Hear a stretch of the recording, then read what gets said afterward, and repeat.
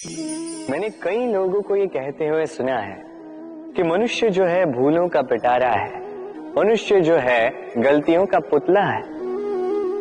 और ये सत्य है। भूल भला किससे नहीं होती है, हर एक से होती है, और एक नहीं अनेक भूलें होती हैं। किंतु स्मरण रखिएगा, उन्हीं के वस्त्रों पे कीचड़ लगता है जो कीचड़ साफ करने का प्रयास करते हैं। तो जहां प्रयास वहां भूलें तो होंगी। अब यदि आप कोई नया संकल्प करने जा रहे हैं, कोई बड़ा कार्य करने जा रहे हैं, और आपसे कोई भूल हो जाए तो कोई बात नहीं, पश्चाताप ना करें।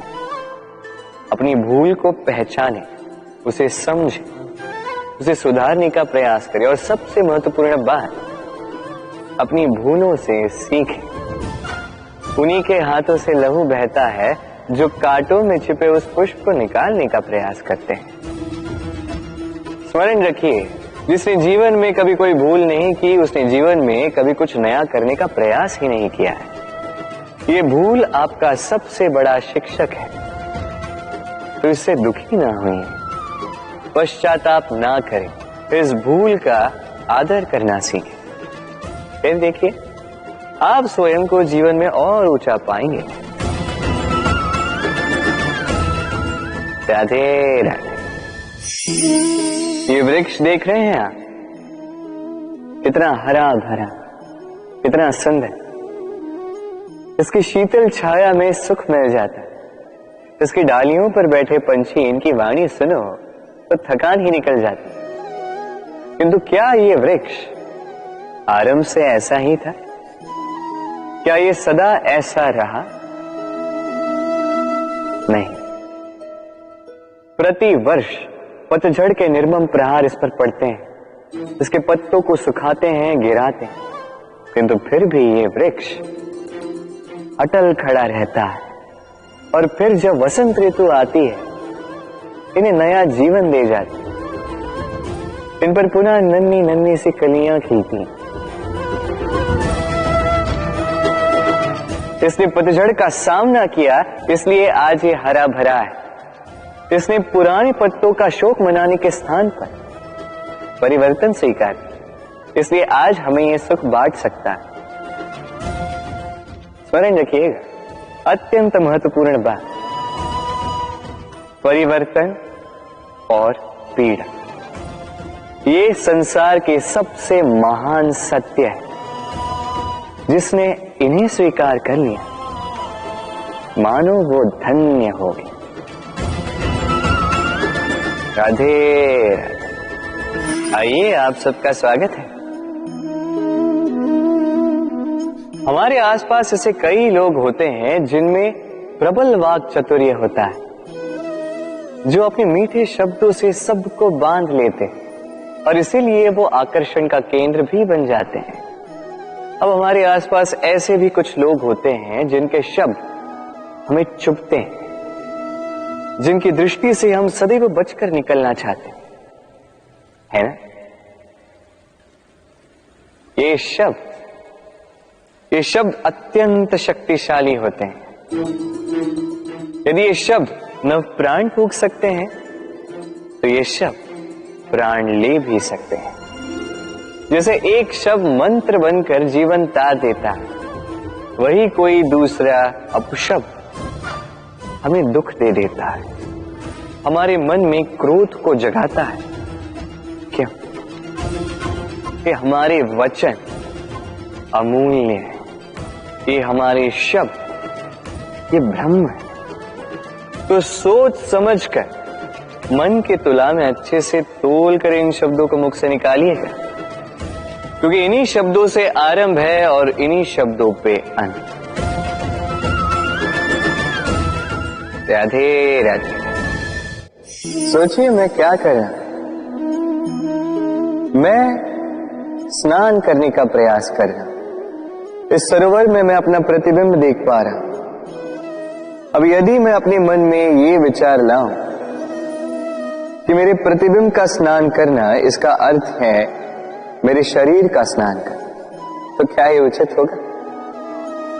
क्या ऐसा होता है?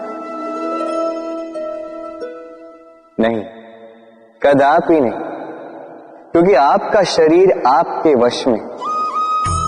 जब तक आप अपना शरीर नहीं भिगाओगे तब तक आपका प्रतिबिंब नहीं भीगेगा।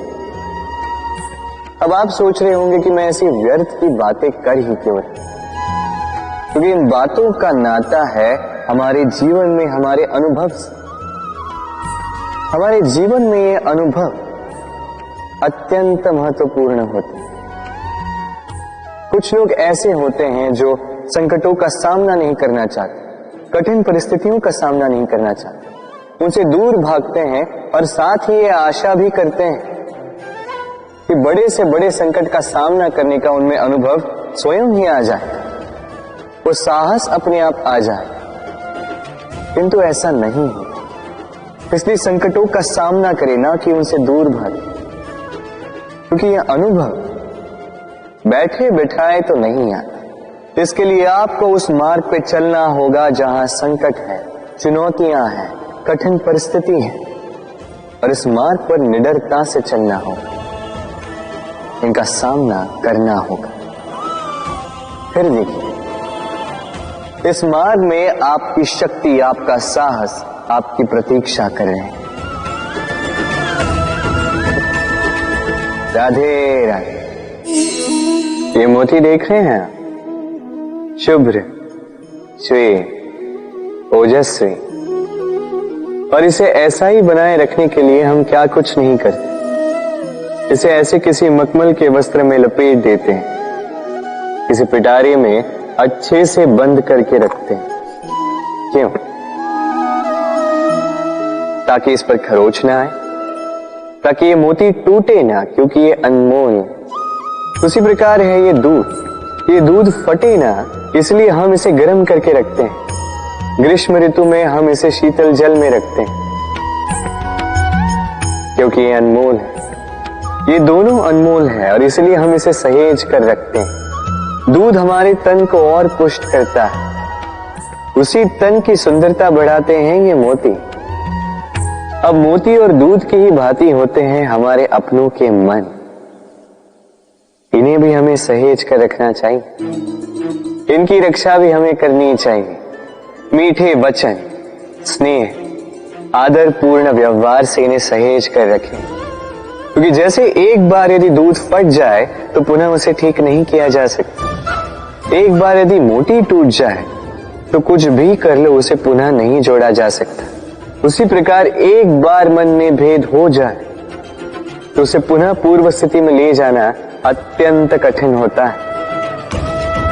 मन के मतों में भेद हो सकता है, किंतु मन में भेद नहीं होना चाहिए। इसलिए अपनों के मन सहेज कर रखें, क्योंकि ये अत्यंत अनमोल होते हैं। राधे राधे। कितनी बार ऐसा होता है, आप कोई कार्य करने के लिए इसे किसी को सौंप देते हैं, अब वो व्यक्ति उस कार्य को पूर्ण नहीं कर पाता, अधूरा छोड़ देता है या ठीक से नहीं कर पाता। अब इस परिस्थिति में होता क्या है, आप क्रोधित हो जाते हैं, उस व्यक्ति से रुष्ट हो जाते हैं, उसे डांट लगाते हैं। उसके पश्चात उस कार्य को संपन्न करने के लिए आप स्वयं जुट जाते हैं और अंततः वो कार्य पूर्ण हो ही जाता है। अब इसमें समस्या उस व्यक्ति के प्रयास की नहीं थी, समस्या आपने जो उस व्यक्ति के प्रति आस रखी उसकी थी। हम दूसरों के प्रति अपनी आस को प्रथम सीढ़ी बना लेते हैं और स्वयं पर विश्वास को अंतिम सहारा। इसके स्थान पर होना ये चाहिए कि स्वयं पर विश्वास को हमें प्रथम सीढ़ी बनानी होगी, उसे अपना सहायक मानना होगा। यदि ऐसा करोगे तो परिणाम और भी सुख और भी आनंददायी होंगे। स्मरण रखिएगा, इस संसार में आपका सबसे बड़ा सहायक और कोई नहीं। इस संसार में आपका सबसे बड़ा तारणहार और कोई नहीं, स्वयं आप हैं। राधे राधे। मुझे अच्छे से स्मरण है, एक बार एक गैया वन से निकलकर हमारे घर चली आई। हमने बड़े प्रयास किए उसे पुनः भेजने के, किंतु वो नहीं लौटी। मैंने मैया को देखा।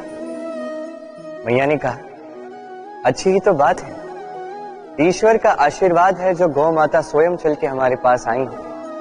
अब तो कान्हा और बलराम को और दूध पीने के लिए मिल जाएगा। कुछ माह तक वो गैया हमारे साथ रही, उसके पश्चात स्वयं ही एक दिन लौट गए। नंद बाबा निराश हो गए। मैंने मैया को देखा। मैया ने कहा, अच्छा ही तो है, अब गोबर उठाने का श्रम नहीं करना होगा। उस दिन मैंने जो सीखा आज आप भी सीख लीजिए कि समस्या परिस्थिति में नहीं, मनस्थिति में होती है। सकारात्मक दृष्टिकोण से हर समस्या को देखिए तो सही, हर समस्या में आपको उसका हल स्वयं मिल जाएगा और कुछ रहेगा तो केवल और केवल आनंद। आइए इसी आनंद के साथ कहिए, राधे राधे। चलिए आपसे एक प्रश्न करता हूं, सबसे स्वादिष्ट फल कौन सा है? अब कोई कहेगा आम, तो कोई कहेगा सीताफल, कोई कहेगा अमरूद, और क्यों नहीं, अब प्रत्येक व्यक्ति की अपनी अपनी रुचि है, अपना अपना स्वाद है। कोई ये भी कह सकता है कि भाग्य से जो भी फल मिले वही सबसे अच्छा।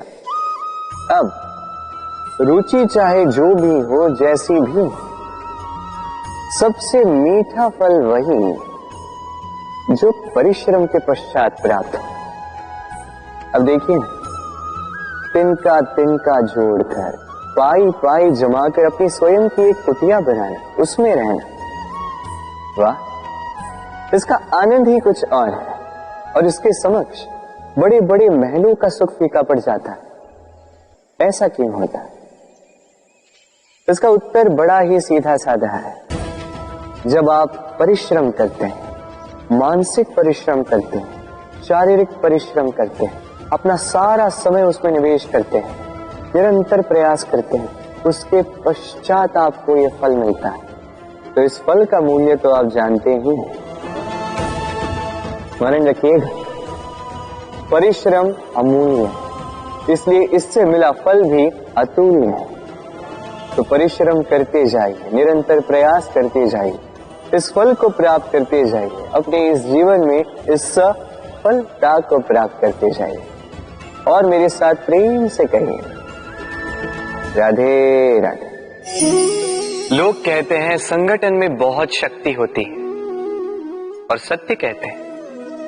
अब देखिए, एक उंगली और एक मुट्ठी के बल में कितना अंतर है हम सभी जानते हैं, किंतु एक उंगली आपको उचित मार्ग दिखा सकती है, मुट्ठी मार्ग अवरुद्ध कर सकती है। इसलिए यह जानना अत्यंत महत्वपूर्ण है कि संगठन और भीड़ में क्या अंतर है, इसे पहले पहचान। संगठन वो जहां आपका अपना व्यक्तित्व, अपनी पहचान, केवल शक्ति पाने के लिए भीड़ का भाग बन जाना ठीक नहीं, क्योंकि ये भीड़ भले ही आपको शक्ति दे, किंतु आपसे आपकी पहचान छीन लेती है। इसलिए संगठन में रहिए, किंतु अपने व्यक्तित्व को, अपनी पहचान को, इसे कभी मत खोइएगा। राधे राधे। कैसे हैं आप? पूछने का कारण ये कि आज के समय में आसपास किसी भी देख लो, दुखी, व्याकुल, सोचता है कि संसार में सबसे अधिक दुख उसी के जीवन में, सबसे अधिक समस्याएं उसी के जीवन में। संसार में ऐसा कोई व्यक्ति नहीं जिसके जीवन में समस्या नहीं, और संसार में ऐसी कोई समस्या नहीं जिसका हल मनुष्य के पास नहीं। किंतु उस हल को खोजने के लिए अपनी बुझाओं को खोलकर जीवन में आगे बढ़ना होता है, साहस से आगे बढ़ना होता है। किंतु कुछ लोग क्या करते हैं, अपने माथे पर हाथ रख के किसी कोने में बैठकर निराश होकर अपने भाग्य को कोसते हैं। नहीं, ये कभी मत कीजिए। कर्म कीजिए, आगे बढ़िए, साहस दिखाइए और सबसे महत्वपूर्ण बात, संयम रखिए, क्योंकक्योंकि आपका लक्ष्य कितना भी कठिन क्यों ना हो, उस तक पहुंचने का मार्ग आपके पांव के नीचे से होकर ही जाए। राधे राधे। आप ऐसे कई लोगों को जानते हो जो ब्रह्म मुहूर्त में उठते हैं, स्नान करते हैं, प्रार्थना करने बैठ जाते हैं, श्लोक पाठ करते हैं और दूसरों को भी ज्ञान देते हैं कि वो भी ये सब करें, मंत्रोच्चार करें। मंत्रोच्चार, निस्संदेह इसमें बहुत शक्ति होती है, किंतु ये शक्ति आपको तभी मिलेगी जब आप उस मंत्र में छिपी सीख आत्मसात करेंगे, अपने जीवन में उतारें, उस सीख को आप कर्मों में परिवर्तित करें, प्रेम से इस सद्ज्ञान को अपने जीवन में लाइए, इसका प्रयोग कीजिए, तब मिलेगी आप इस मंत्र की शक्ति। अन्यथा ये मंत्र पढ़ के कोई लाभ नहीं होगा। स्मरण रखिएगा, मंत्र की शक्ति उसे बोलने में नहीं, उसे अमल करने में। राधे राधे। कितनी शांत, सौम्य, शीतल होती है एक बहती नदी। आसपास की भूमि को नम करती है, पशुओं को जल देती है, पक्षियों के लिए क्रीड़ा स्थल बन जाती है और हमें देती है शांति। किंतु बाढ़ में जब यही बहती नदी प्रकोप पर उतर आती है, जब अपना रौद्र रूप धारण कर लेती है, कुछ नहीं छोड़ती। वन, घर, शहर, पर्वत तक तोड़ डालती है ये शांत बहती नदी। अब इसी प्रकार होते हैं हमारे भाव।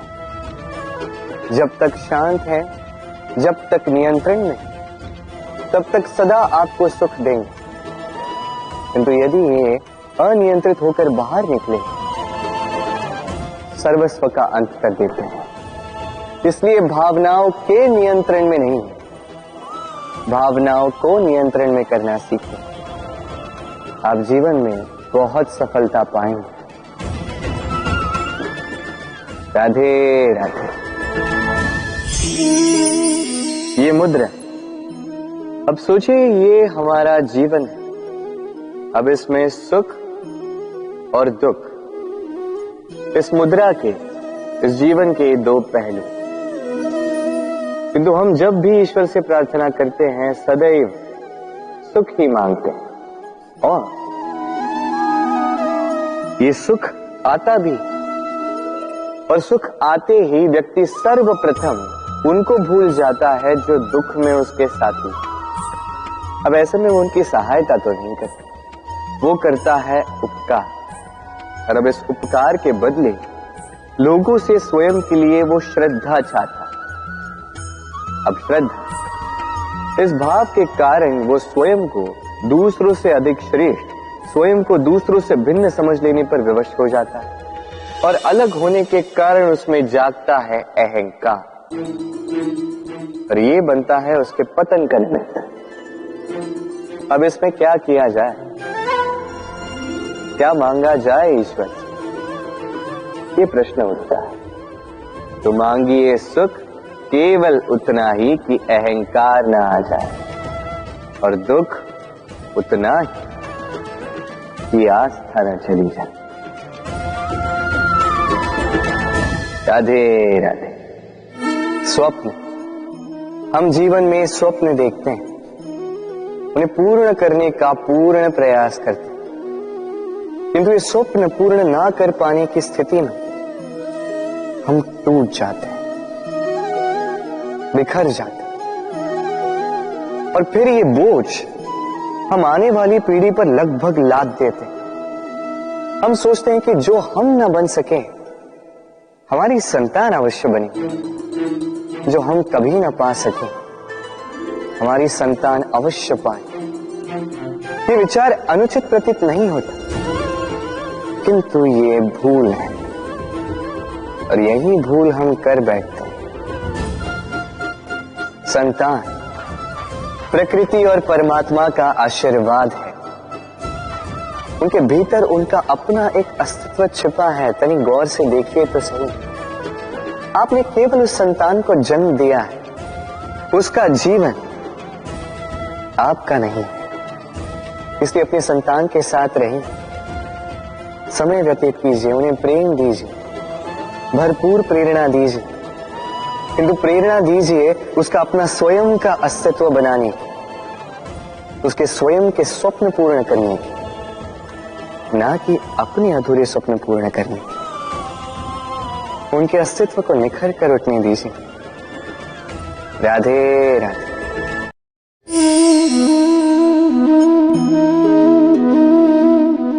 दूध और माखन। यदि मैं आपसे पूछूं कि इन दोनों में संबंध क्या है, आप कहेंगे सरल सी बात है, दूध से ही तो माखन बनता है। यदि मैं आपसे पूछूं कि इन दोनों में अंतर क्या है, तो कोई कहेगा एक तरल है तो दूसरा ठोस, कोई कहेगा एक जनक है तो दूसरी संतान। नहीं, इन दोनों में अंतर है शुद्धता का। माखन दूध से कहीं अधिक शुद्ध होता है। इस बात को कुछ इस प्रकार समझा जा सकता है। यदि कोई कीट आकर उस पात्र में गिरे जिसमें दूध गिरा है, तो आप क्या करते हैं? आप दूध को फेंक देते हैं। किंतु यदि कोई कीट आकर उस पात्र में गिरे जिसमें माखन रखा गया, तो आप क्या करते हैं? आप उस कीट को निकाल कर फेंक देते हैं। ये कीट मैला है, ये कीट दूषित है। और यदि हमारा मन निर्मल ना हो, तो ये कीट हमारे मन को भी दूषित कर देगा, उसे मैला कर देगा। किंतु यदि हमारा मन माखन की भांति शुद्ध हुआ, तो कुविचार को स्वयं से जाना होगा।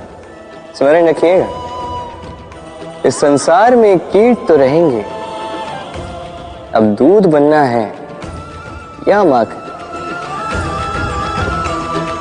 निर्णय आपका। राधे राधे। आपने जीवन में कभी न कभी किसी पौधे को जल तो दिया ही होगा।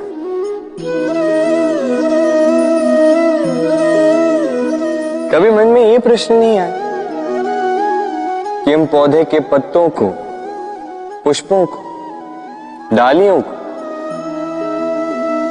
उन्हें तो हम कभी पानी नहीं देते, फिर भी कैसे उन तक पानी पहुंचता है, फिर भी कैसे वो जीवित रहते? आप कहेंगे सरल सी बात है, ये कैसा प्रश्न पूछ रहे हैं? जड़ को पानी दो तो वो पौधे के अंग अंग तक अवश्य ही पहुंचेगा, है ना? कुछ इसी प्रकार होते हैं हमारे कर्म, हमारा प्रेम। यदि निश्चल भाव से कर्म करोगे, सेवा करोगे, तो किसी न किसी रूप में स्वतः परमात्मा तक पहुंचेगा ही। आत्मा के भीतर से प्रेम करोगे, स्वतः छलकेगा ही और दुगना लौट कर भी आएगा, इस पौधे की छाव की भांति।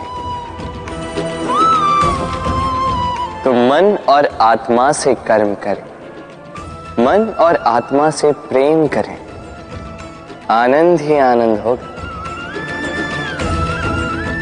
राधे राधे। इसे कौन नहीं पहचानता? ये है रोटी।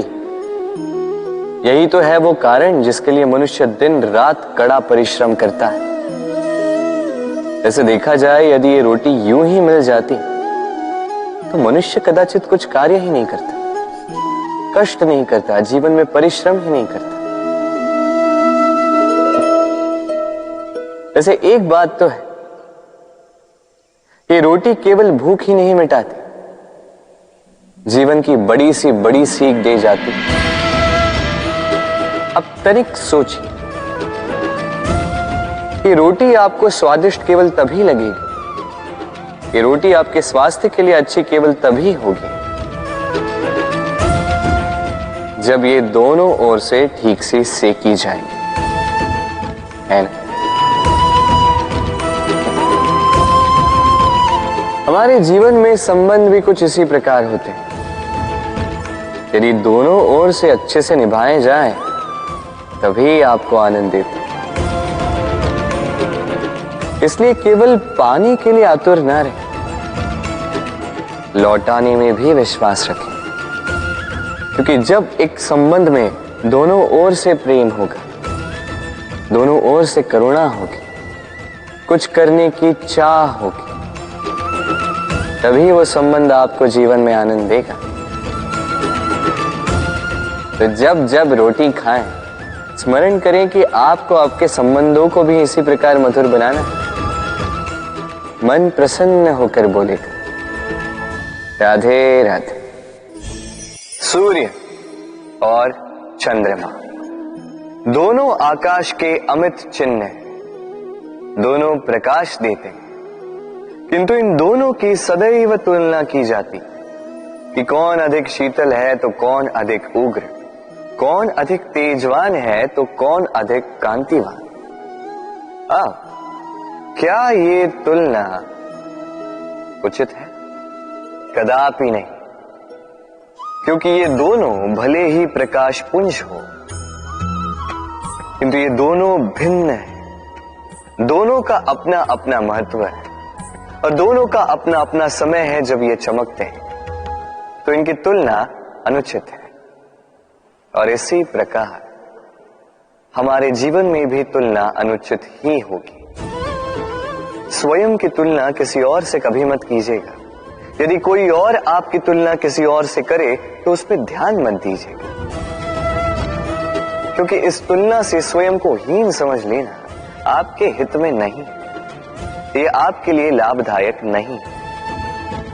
बस प्रयास करते रहिए, स्वयं को निखारते रहिए और सही समय की प्रतीक्षा कीजिए, क्योंकि सही समय आने पर ये आपके गुण, आपकी महत्ता बढ़ाएंगे। राधे राधे। जीवन में सभी महान बनना चाहते हैं, सभी बड़ा बनना चाहते हैं, किंतु बड़ा बनते कैसे हैं?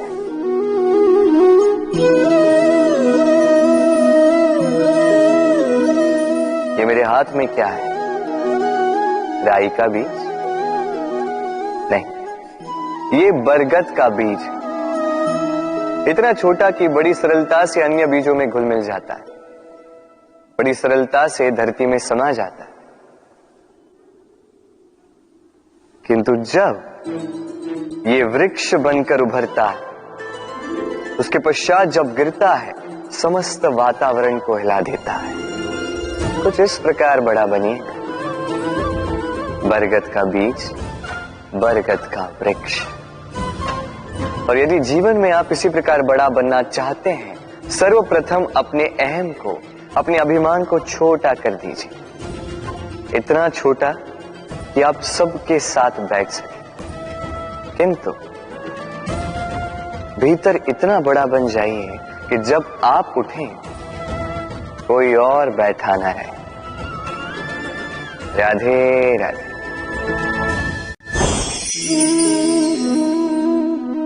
जीवन में जब भी किसी समस्या का हल हम खोज नहीं पाते, तब हम क्या करते हैं? हम जाते हैं ईश्वर के पास, सहायता की प्रार्थना करते हैं, मार्ग पूछते हैं, है ना? किंतु क्या कभी आपने ये सोचा है कि किसी पत्थर को ईश्वर की मूर्ति बनने के लिए भी कितना परिश्रम करना पड़ता है? कितनी बार हथौड़ों की मार सहनी पड़ती है, छेनी के घाव सहने पड़ते हैं, तब जाकर हमारे समक्ष वो भगवान के रूप में प्रकट होता है। तो जीवन में ऐसी छोटी छोटी बातें ईश्वर से मांगने में अपना समय नष्ट ना करें। प्रयास कीजिए, पुरुषार्थ कीजिए, संघर्ष कीजिए, सब मिलेगा। बस एक महत्वपूर्ण बात स्मरण रखिएगा, बिना परिश्रम के कोई भी महान नहीं बनता। भगवान की मूर्ति भी नहीं। राधे राधे। तितली आकाश में सैर करती, सुंदर फूलों का रसवादन करती, उन्मुक्त घूमती, किंतु इस पर भी संकट कम नहीं।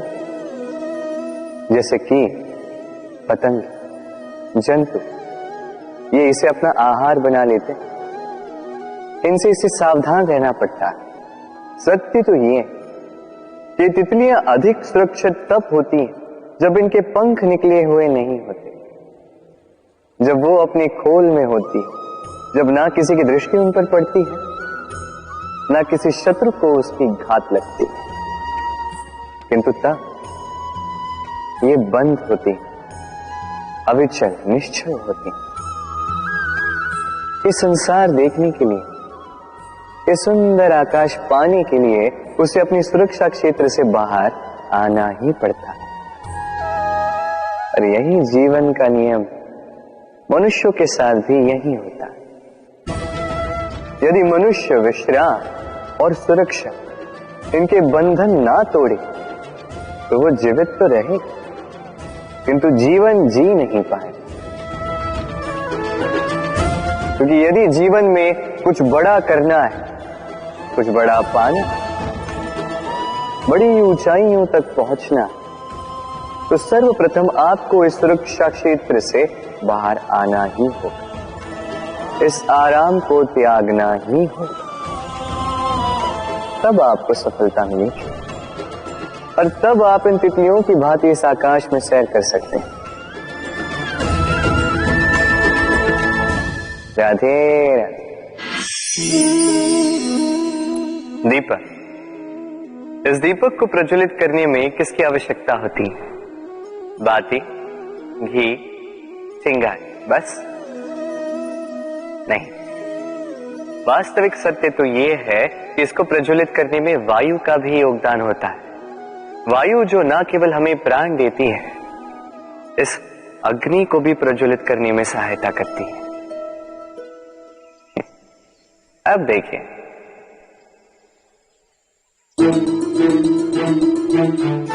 देखा, जिस वायु ने इस अग्नि को प्रज्वलित किया उसी ने इसे बुझा दिया। बस उस वायु की गति तनिक अधिक थी, है ना? अर्थात प्रत्येक भाव का, हर वेग की एक सीमा होती है जिसे लांघना नहीं चाहिए। उस सीमा को सदैव स्मरण रखना चाहिए। अब कभी कभी जिनसे हम प्रेम करते हैं, उनकी सहायता करते करते करते करते हम उन्हें दुर्बल बना देते हैं। ये कभी नहीं होना चाहिए। जिनसे आप प्रेम करते हैं उनकी इतनी ही सहायता कीजिए कि वो उनके लिए प्रेरणा बन सके, अन्यथा ये सहायता नहीं होगी, ये उनके लिए शस्त्र बन जाएगा। राधे राधे। मनुष्य में एक छोटी सी समस्या है, वो कभी स्वयं की निंदा सुन नहीं पाता। यदि कोई उसके विषय में कुछ बुरा कहे, सह नहीं पाता। सदैव भयभीत रहता है कि ये जो चार लोग हैं कहीं मेरे विषय में बुरा ना सोचे। और यदि उसे पता लग जाए कि कोई उसके पीठ पीछे उसकी बुराई कर रहा है तो दुखी हो जाता। अब क्या इस कारण से स्वयं को दुखी कर लेना उचित है? कदापि नहीं। क्योंकि सबसे पहली बात जो आपको स्मरण रखनी, यदि कोई आपकी पीठ पीछे बुराई करता है वो पहले ही आपसे 2 कदम पीछे है ना। ईर्ष्यावश आपके विषय में सारी बातें कर सकता है, किंतु यदि ऐसा नहीं, यदि वो सत्य कह रहे हैं तो सर्वप्रथम अपनी भूलों को समझे, उस सत्य को समझे और निकाल फेंके इन अवगुणों को, और फिर देखिए आप उनसे 2 कदम और आगे बढ़े। क्योंकि ये जीवन रथ ये आगे देखकर चलाया जाता है, पीछे देखकर नहीं। तो ये पीछे देखना छोड़, जो वर्तमान है इसे देखें, इसे जी। जो भविष्य है, जो आपका लक्ष्य है, उसे साध। और मेरे साथ प्रेम से कहिए, राधे राधे। हम में से ऐसे कितने हैं जो भय से भयभीत होते हैं, कोई भी बड़ा कार्य करने से पूर्व थोड़े असंतुलित होते हैं। लगभग सभी, है ना? प्रत्येक व्यक्ति के मन में यह भय जागता ही। अरे इसका अर्थ मेरे विचार से यह है कि भय, ये भाव बुरा नहीं, क्योंकि यदि यह भाव बुरा होता तो क्या ईश्वर इस भाव को सभी प्राणियों में देते?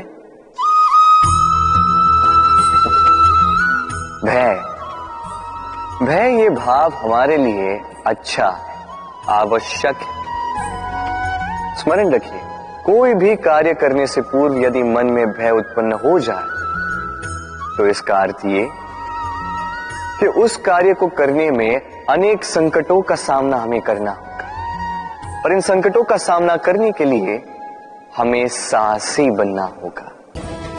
बस इतनी सरल सी बात। मन में साहस जगाकर चलिए इस भय की यात्रा, क्योंकि ये भय ही है जो आपको अपने लक्ष्य को पाने की प्रेरणा देगा, आपको शक्ति देगा।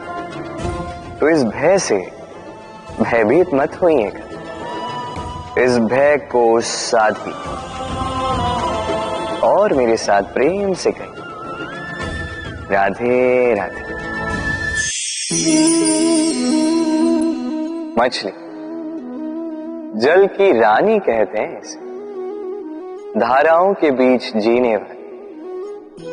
सहस्त्रों प्रकार की मछलियां होती हैं, किंतु सारी मछलियों में एक समानता अवश्य होती है। जानते हैं वो क्या है? वो ये कि मरी हुई मछली धारा के साथ बह जाती, वही जीवित मछली उस धारा के विरुद्ध तैर सकने में सक्षम होती है। तो प्रेरणा लीजिए उस मछली से जो कठिनाइयों के विरुद्ध खड़े होने का साहस रखती है, जो धारा के विरुद्ध जाने के निरंतर प्रयास करती रहती है। आप भी सुनिए अपने हृदय की पुकार को, सुनिए अपनी मन की पुकार को, और जीवन रूपी धारा को बाधा नहीं, लक्ष्य बनाकर आगे बढ़िए। राधे राधे। प्रेम, दाऊ मुझसे सदैव पूछते हैं कि कान्हा ये प्रेम अंततः है क्या? माना कि ये समर्पण है, माना कि एक दूसरे में खो जाना है, किंतु इसका अनुभव क्या है, इसका भाव क्या है? अब प्रेम को पूर्णतः परिभाषित करना कान्हा के वश में तो नहीं है, क्योंकि ये प्रेम है इतना महान, किंतु प्रेम के विशुद्ध अनुभव के बारे में मैं बता सकता अपने अनुभव को लेकर। देखिए, ये प्रेम वो रंग है जो जीवन में रस भर देता है। ये प्रेम वो सोच जो पल भर में मुख में मुस्कान ला देती है। प्रेम वो पुष्प है जो मन की बगिया को खिला देती है। प्रेम वो सोच जो एक ही क्षण में संसार में आपको सबसे अधिक संपन्न अनुभव करवाती है। ये प्रेम वो जो तपते मरुस्थल में आपको जीवित रखे। ये प्रेम वो जो आपकी आत्मा को तृप्त कर दे। ये प्रेम वो जो आपके मुख पर मुस्कान ला दे, जैसे अभी इस समय राधा मेरे मुख पर ले है। अद्भुत है ये प्रेम। तो आइए इसी प्रेम के साथ कहें, राधे राधे। मनुष्य में एक विशेषता है, और वो ये कि वो सदैव यही सोचता है कि सब में वही विशेष है। सदैव सर्वश्रेष्ठ कार्य करना चाहता है, सर्वश्रेष्ठ परिणाम पाना चाहता है, सदैव चाहता है कि हर स्थान पर उसे ही यश मिले। किंतु जब बात आती है प्रेम की, तो प्रेम एक ऐसा विशेष भाव है जो मनुष्य से कहीं अधिक है। प्रेम में जिस व्यक्ति से आप प्रेम करते हैं उस व्यक्ति की प्रसन्नता आप सर्वश्रेष्ठ से भी श्रेष्ठ मानते हैं। उस व्यक्ति से यदि हार जाओ तो मुख पर कड़वाहट नहीं, होठों पर मुस्कुराहट आती है। जिसे आप प्रेम करते हो यदि उसे हराकर आप जीत रहे हो तो ये जीत नहीं है, ये सबसे बड़ी हार है। तो अब चयन आपका है, आप क्या चाहेंगे? आप चाहेंगे कि प्रेम की जीत हो या आप चाहेंगे कि आपकी जीत हो? राधे राधे। प्रेम, ये प्रेम मनुष्य से क्या नहीं करवा सकता, बड़े से बड़ा कार्य करवा सकता है, बड़े से बड़ी बाधा पार करवा सकता है। चाहे तो मरुस्थल में कुआं खुदवा सकता है, पर्वत लंघवा सकता है, हर असंभव कार्य संभव करवा सकता है। किंतु यदि मैं ये कहूं कि प्रेम आपसे ढोंग भी करवा सकता है तो क्या आपको उचित लगेगा? क्या आपको लगेगा कि ऐसा हो सकता है? अवश्य हो सकता है। जैसे मैं ढोंग कर रहा हूं इस समय अपनी राधा के लिए, अपने प्रेम के लिए। मैं राधा से अनंत प्रेम करता हूं, निस्वार्थ प्रेम करता हूं, किंतु फिर भी मुझे स्वयं को एक छलिया, स्वार्थी, लालची दिखाना पड़ रहा है। ये ढोंग मुझे करना पड़ रहा है अपने प्रेम के लिए। अब आप कहेंगे कि क्यों कृष्ण, ये सब करने की क्या आवश्यकता है? क्या राधा से विवाह करके तुम संतोष की सांस नहीं ले सकते? अवश्य ले सकता। राधा से विवाह करके मैं बहुत प्रसन्न रहूंगा, किंतु मैं जानता हूं कि मेरी राधा प्रसन्न नहीं रह पाएगी, क्योंकि यदि यह विवाह हुआ तो उसके माता पिता, उसके परिवार को बरसाना त्यागना होगा। राधा के मन पर एक कभी न भरने वाला घाव लग जाएगा। दुख उसको छूपता रहेगा, वो ये जानती रहेगी, स्मरण करती रहेगी कि उसके कारण उसके माता पिता को इतने कष्ट भोगने पड़ रहे। अब राधा की पीड़ा की नींव पर कृष्ण संतोष का भवन भला कैसे बांध सकते हैं? क्योंकि जिनसे आप प्रेम करते हैं केवल उनकी भावनाएं नहीं, आपका प्रेमी जिनसे प्रेम करता है उनकी भावनाओं का भी ध्यान रखना आपका कर्तव्य है। और कभी कभी अपने प्रेम को ऊंचा उठते हुए देखने के लिए आपको स्वयं को गिरते हुए दिखाना होगा। यही कुछ कार्य है जो आपको अपने प्रेम के लिए करने पड़ते हैं। राधे राधे। ईश्वर, जब भी हम ईश्वर को स्मरण करते हैं, ईश्वर से ये अवश्य मांगते हैं कि हम सदा स्वस्थ रहें, इन संकटों से, इन कठिनाइयों से हम सदा दूर रहें। किंतु ये बहुत बड़ी भूल। अब आप सोच रहे होंगे कि मैं क्या बातें कर रहा हूं। भला ईश्वर से संकटों से दूर रहने की कामना करना ये भूल कैसे हुई? क्योंकि ये संकट, ये कठिनाई जिनसे हम दूर भागते हैं, जो संकट कुछ ही समय के लिए आता है और फिर जाने के पश्चात आपको अपने सगों, आपके हितैषी, आपके मित्रों की परख करवा देता है, आपकी सोई हुई समझ जगाता है, आपको और भी बलवान बना देता है। ये संकट जिससे हम दूर भाग रहे हैं, यदि हम इन संकटों का सामना करना सीख जाए, इस अनुभव से सीखना आत्मसात कर, ये जीवन और भी अधिक आनंदमय हो जाएगा।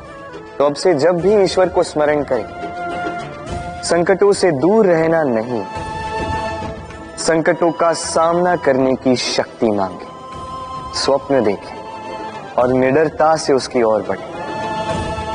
ये स्वप्न अवश्य सच हो। राधे राधे। आपने ऐसे कई लोगों को देखा होगा जिन्होंने संसार ही त्याग दिया, अपना घर दार हर संबंध छोड़ दिया, निकल पड़े केवल ईश्वर की खोज में। ध्यान करके सेवा की, किंतु फिर भी उन्हें कभी ईश्वर नहीं मिले। उल्टा असंतोष और बढ़ गया। क्यों होता है ऐसा? एक महत्वपूर्ण बात स्मरण रखिएगा, ईश्वर ही आनंद है। ध्यान का अर्थ है मन में इस आनंद को जगाना, और सेवा का अर्थ है इस आनंद को सब में बांटना। तो यदि इस मन में आनंद को जगाओगे और इसे सब में बांटोगे, तो ईश्वर रूपी आनंद आपको अवश्य मिलेगा। राधे राधे। ये संसार, इस संसार के अंत का, इसके विनाश का प्रारंभ कैसे होता है? किसी योग से, किसी भयानक असुर के आगमन से, या प्रकृति के रूठ जाने से?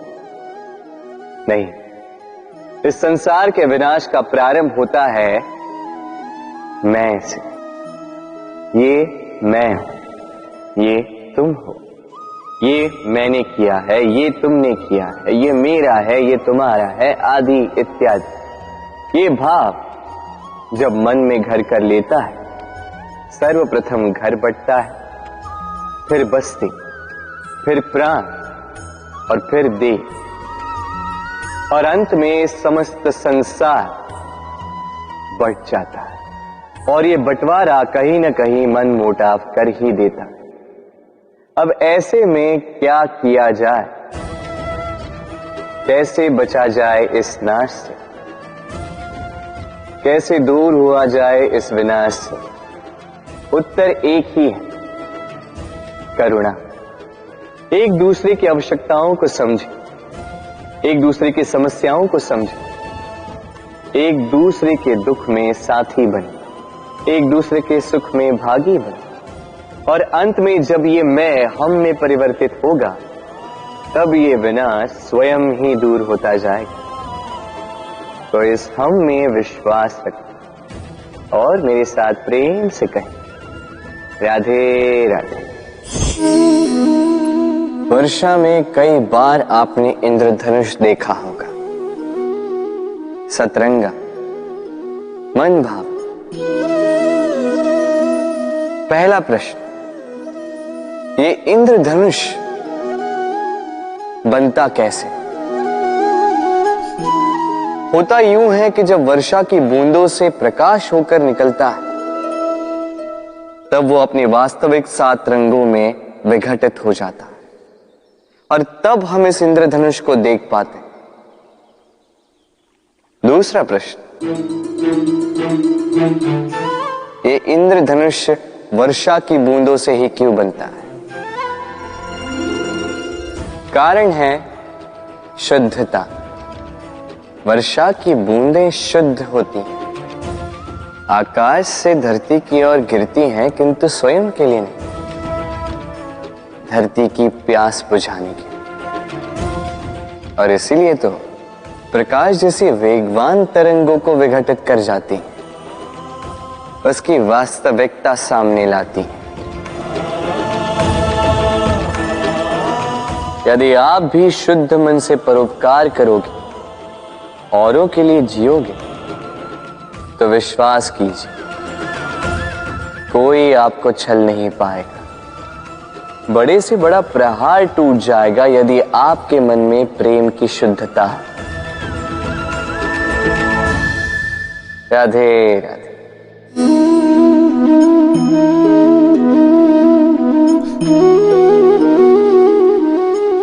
आइए, आज आपको एक कहानी सुनाता। एक बार एक नेत्रहीन व्यक्ति गया मंदिर, ईश्वर के दर्शन प्राप्त करने। अब जब वहां उपस्थित लोगों को यह ज्ञात हुआ कि यह व्यक्ति नेत्रहीन है, तो कुछ लोगों ने उसका उपहास उड़ाना प्रारंभ कर दिया। वो जिसकी स्वयं की दृष्टि ही नहीं, क्या करने आया होगा यहाँ? कदाचित ईश्वर से शिकायत करने आया होगा कि क्यों आपने मुझसे मेरी दृष्टि छीन ली। किंतु इन सभी बातों से उस नेत्रहीन व्यक्ति ने स्वयं को पीड़ित नहीं होने दिया। वो मुस्कुराए और उसने केवल एक बात कही, माना कि मेरे भाग्य ने मुझसे मेरी दृष्टि छीन ली, किंतु मैं अभागा नहीं, क्योंकि मेरा ईश्वर वो मुझे देख सकता है।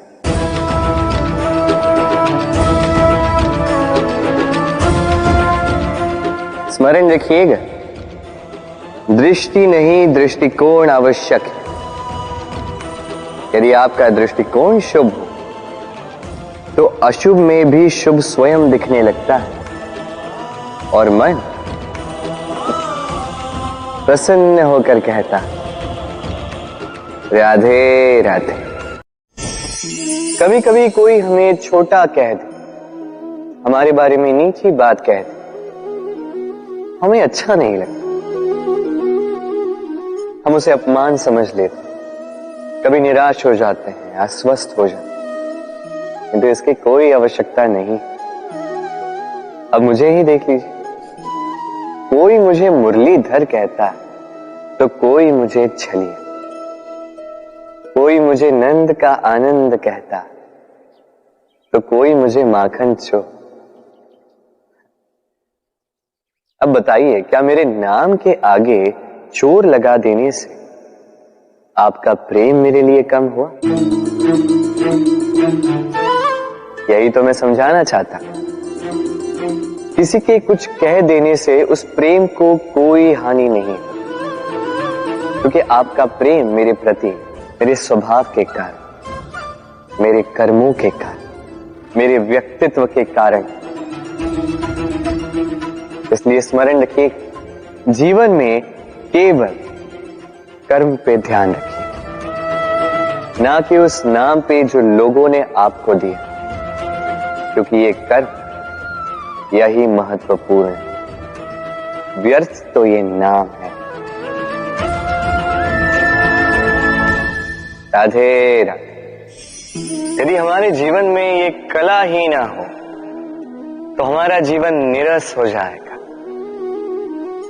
अब यदि मैं आपसे पूछूं कि सबसे बड़ी कला कौन सी है, तो कोई कहेगा चित्रकला, क्योंकि वो उसके मन को आनंद देता है। कोई कहेगा युद्ध कला, क्योंकि उसमें विजय प्राप्त होती है। कोई कहेगा भवन निर्माण करने की कला, क्योंकि उसमें छत मिलती है। कोई कहेगा संगीत कला, कोई कहेगा नृत्य कला, कोई कहेगा अभिनय कला, आदि इत्यादि। किंतु इस बात पर विवाद करना अनुचित है, हो ही नहीं सकता, क्योंकि प्रत्येक व्यक्ति की अपनी भिन्न भिन्न सोच, अपना भिन्न भिन्न दृष्टिकोण। बस एक बात है, एक विशेष बात जो हर कला में पाई जाती है, मन को प्रभावित करने का गुण। तो सबसे बड़ी कला वो जो मन को प्रभावित करे, और सबसे बड़ा कलाकार वो जो औरों के मन में प्रवेश करे। जिसके पास ये गुण होगा वो कलाकार सबसे बड़ा होगा। तो यदि ये संसार रंगमंच है तो हम इस रंगमंच के कलाकार, और यहां पर भी सबसे बड़ा कलाकार वही होगा जो औरों के मन में प्रवेश करेगा, वहां घर बसाएगा। और इस मन तक पहुंचने की सीढ़ी है ये 2.5 अक्षर शब्द, प्रेम। तो प्रेम करते जाइए, जग जीतते जाइए। राधे राधे। राधा मुझसे कई बार पूछती है, ये मोह और प्रेम में अंतर क्या है? दाऊ भी समझ नहीं पाती। आपके मन में भी ये प्रश्न चल रहा होगा कि अंतर क्या है इस मोह में और इस प्रेम में। चलिए बड़ी सरलता से मैं आपको ये समझा देता हूं। एक और स्मरण कीजिए एक मछली का, जो जल में रहती है, वहीं क्रीड़ा करती है। कभी गर्मी के कारण यदि वो जल सूखने लगे उसे छोड़कर नहीं जाती, वहीं रहती। भले ही जल कम होने के कारण वो वहां पर तड़प तड़प कर अपना प्राण त्याग दे, स्थान नहीं त्यागती। दूसरी ओर होता है भंवरा, जो किसी पुष्प के आसपास केवल तब तक मंडराता है जब तक उस पुष्प में रस हो। वो रस लुप्त, वहां वो भंवरा लुप्त।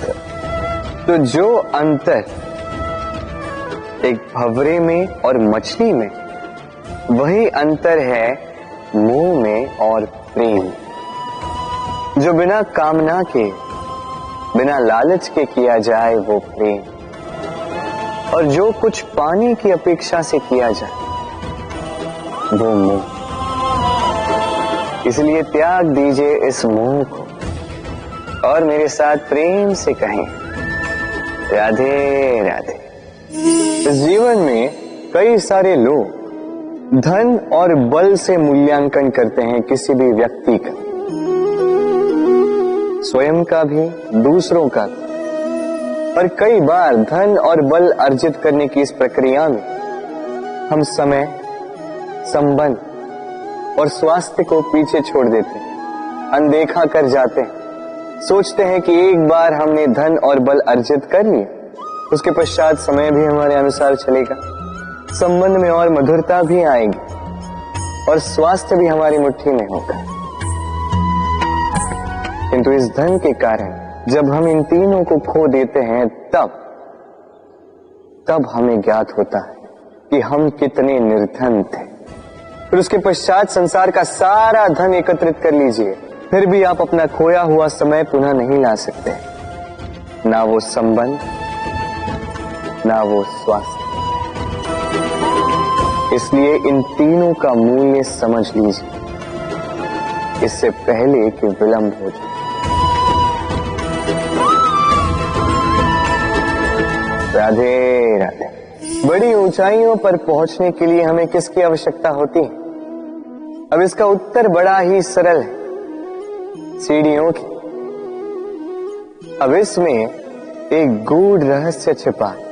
हम जब तेजी से सीढ़ियों पर चढ़ते हैं, यदि किसी को पीछे छोड़ दे तो क्या उसे देखकर हम उसे हीन समझ लेते हैं? क्या उसे हीन दृष्टि से देखते हैं? यदि किसी को धक्का देकर हम आगे बढ़े तो क्या उसे देखकर उसका उपहास बनाते? यदि आपका उत्तर हाँ है, तो ये बहुत बड़ी भूल।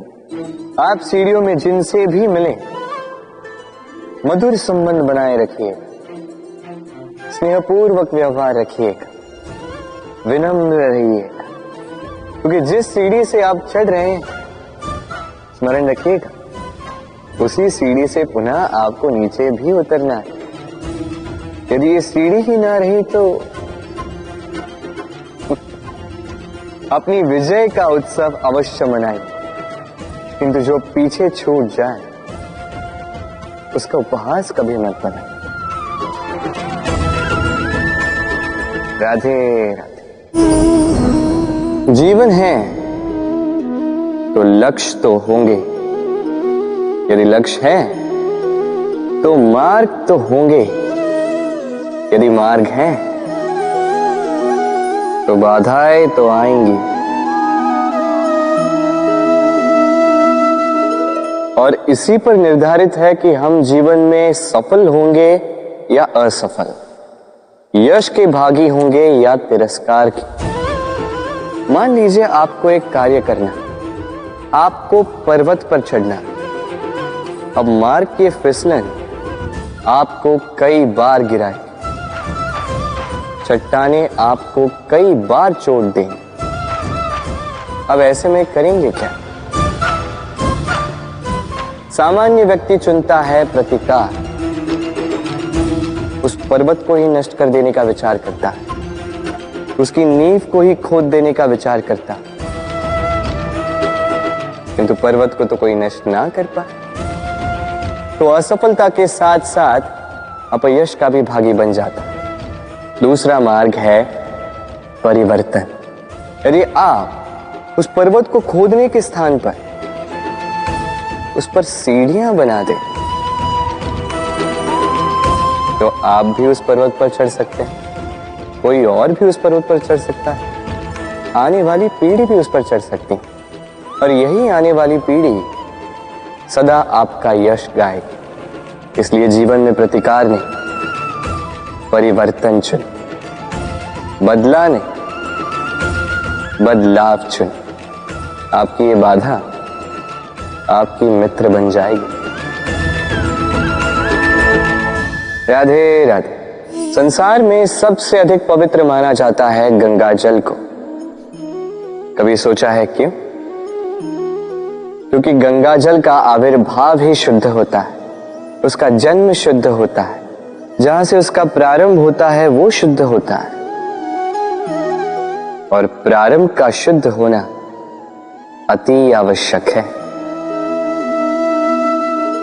हमारे जीवन में प्रारंभ होता है हमारे विचार से। अपने विचार शुद्ध रखें, क्योंकि इन विचारों से बनते हैं आपके शब्द। आपके शब्द शुद्ध रखें, क्योंकि इन शब्दों से आपके कार्य संपादित होते हैं। आपके कार्य शुद्ध रखें, क्योंकि ये कार्य बनाते हैं आपका स्वभाव। स्वभाव से बनती हैं आपकी आदतें, और आदतों से बनता है आपका चरित्र। और ये चरित्र संसार के समक्ष आदर्श के रूप में आता है। तो विचार से आदर्श तक की यात्रा शुभ तभी होगी जब आपके विचार शुभ होंगे। तो इस संसार में, इस जीवन में आपके विचार शुभ रखें, शुद्ध रखें। आपका मन प्रसन्न होकर बोलेगा। राधे राधे।